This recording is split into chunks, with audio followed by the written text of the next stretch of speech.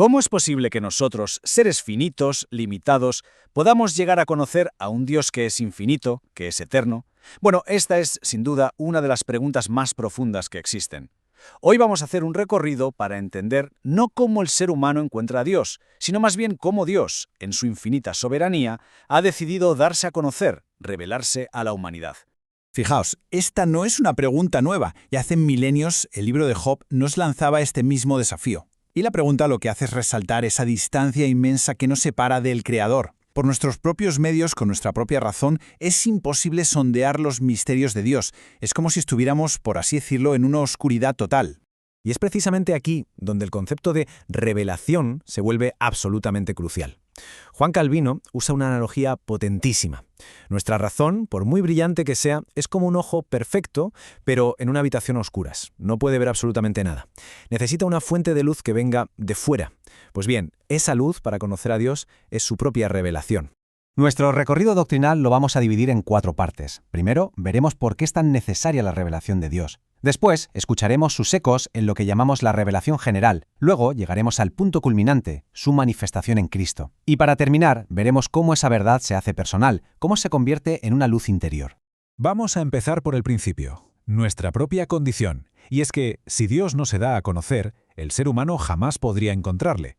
La ciencia, por ejemplo, puede explorar el universo, puede analizar la materia, pero se detiene justo en el umbral de lo espiritual. Sin la iniciativa de Dios, estamos, en esencia, en una búsqueda a ciegas. Entonces, ¿qué significa exactamente la palabra revelación? Pues mirad, la propia palabra nos da la clave. Viene de la idea de descorrer un velo, de descubrir algo que estaba oculto. Es importante entender que es un acto de Dios, no es un logro nuestro. Es Él quien toma la iniciativa, quien levanta ese velo que nos separa de Él. Y este punto es fundamental, ¿eh? Como explica muy bien Samuel Pérez Millos, no se trata de nuestros intentos de construir una torre para llegar al cielo. No, se trata del amor de Dios que toma la iniciativa de bajar a nuestro nivel.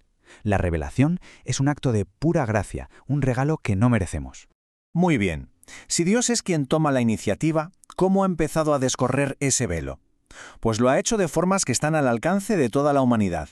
Esto es lo que en teología se conoce como la revelación general, esos ecos de su existencia que resuenan por todo el mundo.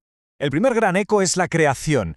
El Salmo 19 lo expresa de una manera preciosa. El universo entero es un testimonio, silencioso pero elocuente, de la gloria de un creador. Desde la inmensidad de una galaxia hasta la increíble complejidad de una célula, la naturaleza nos está apuntando a un diseñador inteligente.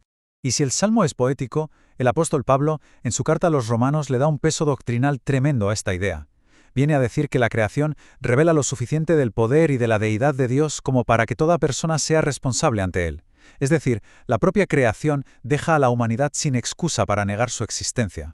Pero ojo, es crucial entender los límites que tiene esta revelación natural. Como señala muy bien el teólogo Francisco Lacueva, la naturaleza nos puede mostrar que hay un Dios poderoso, sí, pero no nos dice cómo un ser humano pecador puede reconciliarse con ese Dios. Nos hace responsables, pero no nos ofrece salvación. Dios también se revela en la historia. Con esta frase del Evangelio de Juan, Jesús nos recuerda que Dios no es un mero espectador. Él interviene, actúa, dirige los asuntos humanos para cumplir su plan. La historia del pueblo de Israel, por ejemplo, es un testimonio constante de esa providencia y de esa intervención divina. Los ecos en la naturaleza y en la historia son importantes, sí, pero son solo el preludio. Ahora llegamos al corazón mismo de la revelación de Dios. Ahora pasamos de los susurros a la palabra clara, definitiva y personal. Llegamos a la revelación especial. Este pasaje de la carta a los Hebreos es absolutamente central para entender esto. Nos muestra una progresión. Dios habló en el pasado a través de profetas, de forma parcial, progresiva, pero ahora, en la plenitud de los tiempos, ha hablado de una forma final y completa a través de una persona, su propio Hijo. Y aquí está la clave, la diferencia abismal. Jesús no es simplemente un profeta más en una larga lista. No, Él no solo trae un mensaje de Dios, Él es el mensaje de Dios. En Cristo, Dios se revela a sí mismo de forma personal, encarnada. Es la plenitud absoluta de la revelación. Por lo tanto, la vida, la muerte y sobre todo la resurrección de Jesucristo son el acto revelador supremo de Dios. En la cruz y en la tumba vacía, el amor, la justicia, la santidad y la gracia de Dios se muestran de la manera más clara y definitiva que podamos imaginar. Y claro, la pregunta es, ¿cómo conocemos hoy esta revelación final en Cristo? Pues a través de las Sagradas Escrituras. La Biblia no es una revelación nueva, sino el registro, inspirado por Dios, fiel y completo de esa revelación que culmina en Cristo. La palabra hecha carne y la palabra escrita son inseparables. Esto nos lleva a una conclusión doctrinal importantísima. La revelación de Dios está cerrada. Como afirma Calvino, todo lo que Dios necesitaba decirnos para nuestra salvación ya lo ha dicho en su Hijo. No debemos buscar nuevas revelaciones, sino profundizar en la que ya nos ha sido dada una vez y para siempre.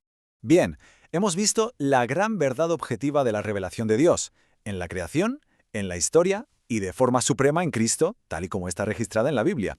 Pero para que esta verdad transforme una vida, tiene que pasar de ser algo externo a ser algo interno. Esta es la pregunta del millón, ¿verdad?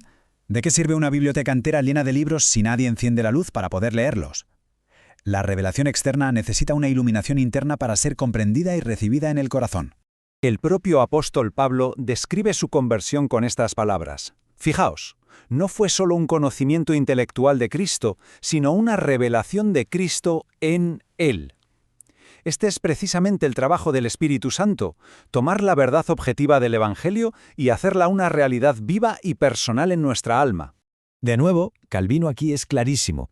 Sin la obra iluminadora del Espíritu Santo, la Biblia sería un libro cerrado para nosotros. El Espíritu ilumina la mente para que la entendamos y ablanda el corazón para que la recibamos. Es Él quien convierte la letra muerta en vida. Y esta obra interna del Espíritu produce en la persona una respuesta. Por un lado, el arrepentimiento, que es ese cambio de mente y de corazón que nos vuelve hacia Dios. Y por otro lado, la fe, que es la confianza y la acción de recibir su palabra como la verdad. Ambas son indispensables para que la revelación se vuelva algo personal. Así que, resumiendo las ideas centrales, primero, la revelación de Dios es indispensable. Sin ella es imposible conocerle. Segundo, Él se ha revelado de forma general en la naturaleza y en la historia. Tercero, esa revelación llega a su punto máximo y final en la persona de Jesucristo. Cuarto, el testimonio fiel de todo esto está completo en la Biblia. Y por último, es el Espíritu Santo quien hace que toda esta verdad sea real y personal para cada creyente. Por tanto, el velo ha sido descorrido. Dios ha hablado. La revelación divina no es simplemente una doctrina para estudiar, es una invitación a una relación. La pregunta final, entonces, no es si Dios se ha revelado, sino cuál es nuestra respuesta a esa revelación. La pregunta es si se ha permitido que esa luz divina ilumine el propio corazón.